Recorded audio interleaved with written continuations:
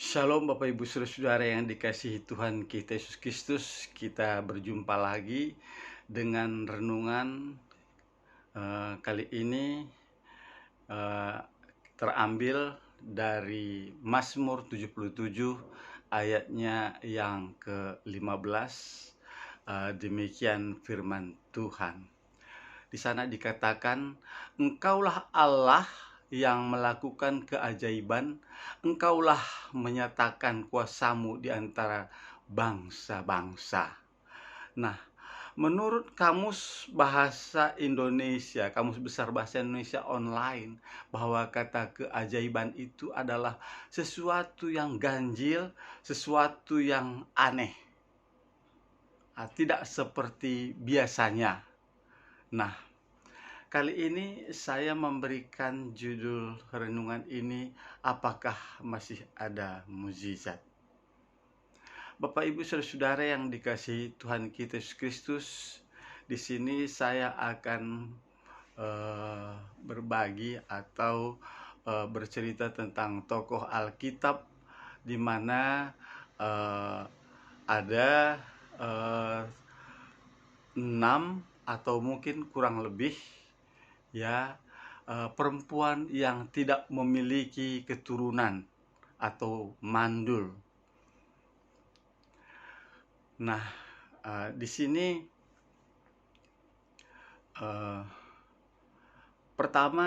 tokoh pertama yaitu dari Abraham.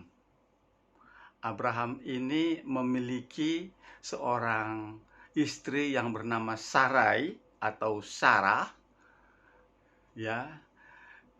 Lalu dia juga memiliki seorang hamba yang bernama Hagar, orang Mesir. Kita tahu bersama bahwa Hagar ini sudah lanjut usia, sudah tidak muda lagi, usianya sudah 90 tahun. Begitu juga dengan Bapak Abraham. Nah, mereka ini, Sarah ini dikatakan mandul, itu di dalam, kita bisa lihat di Kejadian 11 ayatnya yang ke-30. Nah, kita tahu bahwa Sarah menyuruh Abraham untuk menghampiri hambanya Hagar. Ternyata begitu Abraham menghampiri Hagar, dia melahirkan seorang anak laki-laki yang bernama Ismail. Nah, Hagar ini menjadi agak sombong. Dia tidak merendahkan hati di depan nyonyanya, tidak menghargai lagi nyonyanya, dianggap rendah. Tetapi firman Tuhan berkata tidak berhenti begitu saja. Di dalam Kejadian 18 ayat 14a, di sana dikatakan, adakah sesuatu yang susah? Adakah sesuatu hal yang susah bagi Tuhan, yang mustahil bagi Tuhan? Nah, kita tahu bersama bahwa Abraham waktu itu dia kedatangan 3 orang tamu. Lalu Abraham ini menyambutnya begitu luar biasa sampai dia tersungkur ke tanah. Lalu dia menyiapkan segala sesuatunya itu. Dia menyiapkan roti bundar, dia menyembelih sapi yang masih lunak. Begitulah dia lakukan untuk menyambut atau menjamu tamunya yang 3 orang itu. Di sini kita tahu bahwa yang disambut itu adalah bukan orang biasa, tetapi di sini yang disambut adalah malaikat. Maka begitu dia lakukan, perbuatlah seperti apa yang engkau mau, kata tamunya itu. Nah, cuman di sini kita lihat bagaimana tamunya itu berbicara. Mereka katakan, "Di mana istrimu?" Dia tanya. "Ada di kemah." Lalu eh, mereka tanyakan, "Kami akan kembali tahun depan. Istrimu akan melahirkan." Dia katakan demikian. Nah, tetapi ternyata Sarah ini mendengar apa omongan dari malaikat itu kepada suaminya Abraham. Sehingga dia merasa aneh, dia tertawa. "Oh, saya sudah layu, udah mati haid begini, disuruh melahirkan." Dia tertawa. Maka sempat, "Kenapa kamu tertawa?" kata malaikat itu kepadanya. "Aku tidak tertawa," kata Sarah kepadanya. Inilah bagian daripada cerita ini, bahwa pada akhirnya Sarah melahirkan seorang anak yang bernama Ishak. Inilah yang akan menjadi anak perjanjian. Bapak Ibu Saudara yang dikasihi Tuhan kita Yesus Kristus, di sini yang bisa kita lihat ceritanya yang kedua, yaitu Ishak. Ishak ini ternyata dia juga memiliki seorang istri yang bernama Ribka. Inilah yang menjadi menantu Abraham atau menantu Sarah. Ribka ini juga ternyata mandul, tidak memiliki keturunan. Tetapi dengan begitu serius Ishak ini berdoa kepada Tuhan, maka Tuhan mengabulkan permintaannya. Dia berdoa dengan sungguh-sungguh, lalu Tuhan memberikan dia dua anak sekaligus, yaitu anak kembar Esau dan Yakub. Di sini kita melihat bagaimana kehidupan sedikit mengenai anak kembar ini. Waktu kembar, lahirlah pertama dulu si Esau, dan si Yakub memegang tumitnya. Di situ dikatakan di dalam Alkitab. Lalu Esau ini gemar ternyata berburu. Itulah kesukaan bapaknya. Lalu yang kedua itu Yakub. Yakub ini dia hanya berdiam di kemah saja, tetapi ibunya lebih cenderung kepada Yakub, bapaknya kepada Esau. Nah, itu cerita dari mengenai Ribka, istrinya Yakub. Lalu yang ketiga, ini kita juga bisa lihat di dalam Kejadian 25 ayat 21, Bapak Ibu, yang menyatakan bahwa Ribka itu mandul. Yang ketiga itu adalah Yakub sendiri. Yakub menikah dengan Rahel, anak pamannya, yaitu Laban. Kalau dalam kisah ini kita melihat bagaimana perjalanan Yakub. Dia itu ketika menikah, maka Laban mengasihi dulu yang tertua, yaitu Lea. Tetapi dia tidak mencintai Lea, tetapi dia mengasihi Rahel. Jadi Yakub ini harus bekerja lagi 7 tahun baru dia bisa mendapatkan Rahel. Nah, kedua istrinya Yakub ini, antara Lea dan Rahel, mereka bergumul. Mereka masing-masing mempunyai budak, yaitu Zilpa dan Bilha. Nah, di sini mereka seolah-olah bersaing dalam eh, memberikan keturunan, yaitu antara Lea dan Rahel. Nah, kita lihat di sini bagaimana pada akhirnya Lea ini agak ya protes. Berikan aku anak, katanya kepada Yakub. Emang aku yang pengganti Tuhan? Kata si Yakub di sini. Tapi pada akhirnya Bapak Ibu Saudara, bahwa Tuhan di masa tuanya Yakub, dia akan memberikan seorang anak ternyata kepada Rahel yang disebut dengan Yusuf.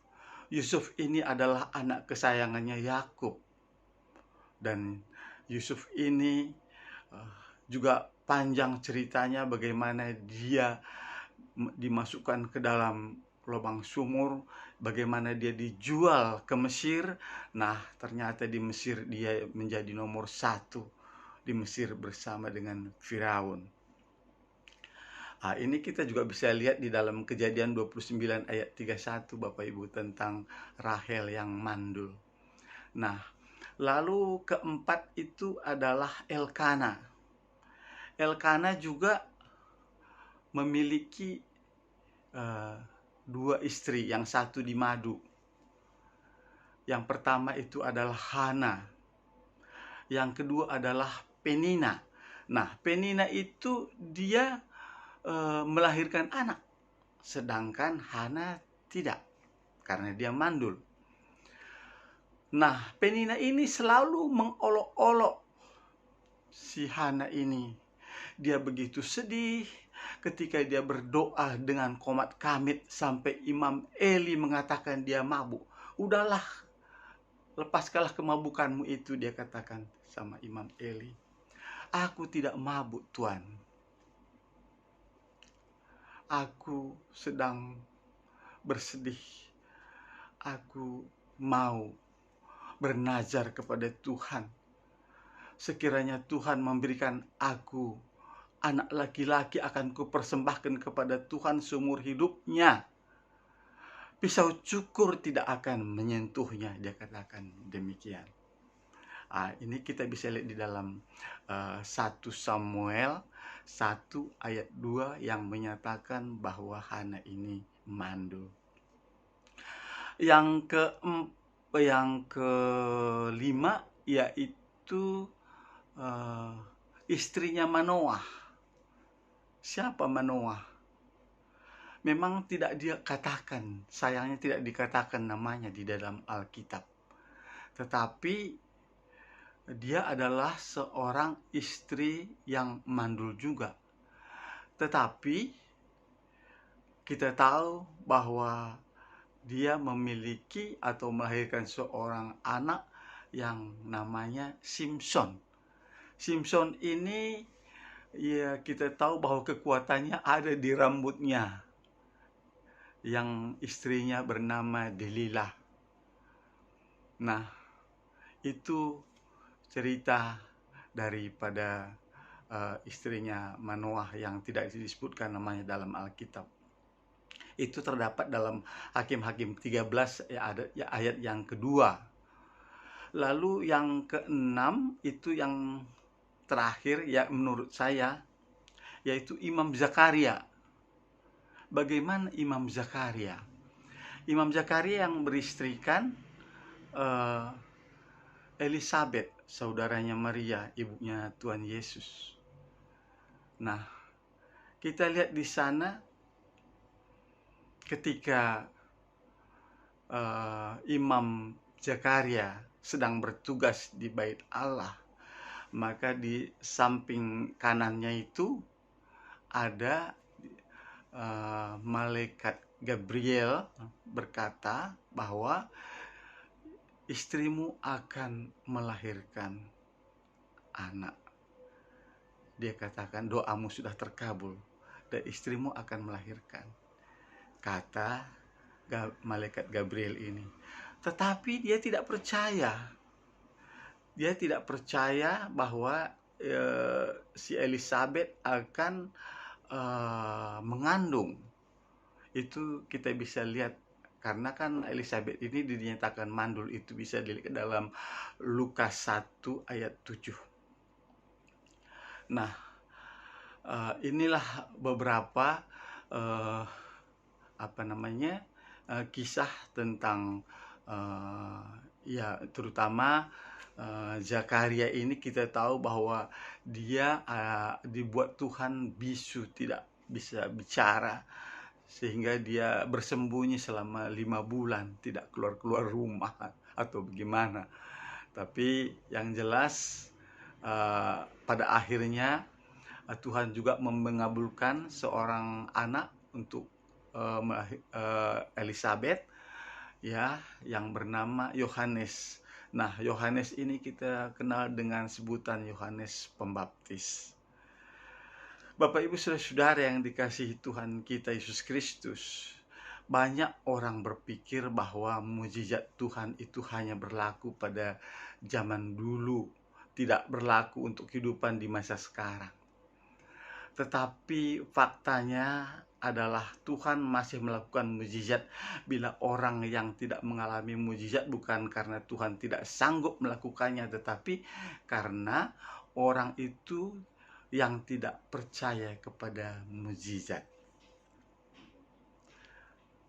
Bapak Ibu Saudara-saudara yang dikasihi Tuhan kita Yesus Kristus. Nah, apakah yang kita bisa dapatkan di dalam makna renungan ini? Apakah relevansinya dengan bacaan kita yang bisa kita dapatkan pada renungan ini? Yang pertama, mungkin saudara minta kepada Tuhan untuk memulihkan perkawinan saudara yang mungkin diambang perceraian, sudah retak, sudah hancur, tetapi Tuhan sanggup memulihkan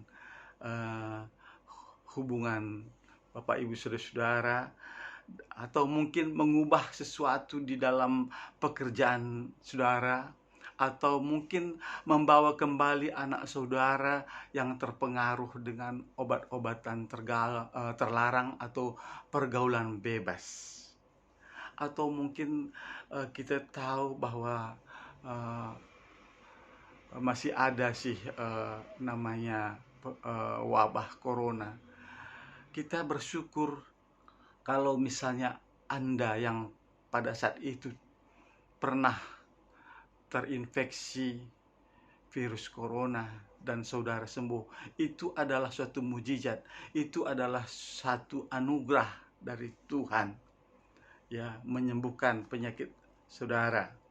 Nah, mungkin memulihkan ekonomi saudara, ya, atau keuangan saudara, apapun yang kita gumulkan saat ini, Tuhan turut bekerja sesuai rencana Tuhan. Jadi Tuhan yang kita sembah di dalam nama Yesus Kristus adalah Tuhan yang berkuasa, yang tidak terbatas, ya, tidak ada sesuatu pun yang tidak dilakukannya, bahkan Dia sanggup melakukan jauh lebih banyak daripada apa yang kita doakan atau pikirkan. Itu dalam Efesus 3 ayat 20. Demikian renungan ini. Jika Bapak Ibu Saudara yang suka dengan renungan ini, silakan di subscribe, share, komen, dan bunyikan loncengnya. Tuhan Yesus memberkati.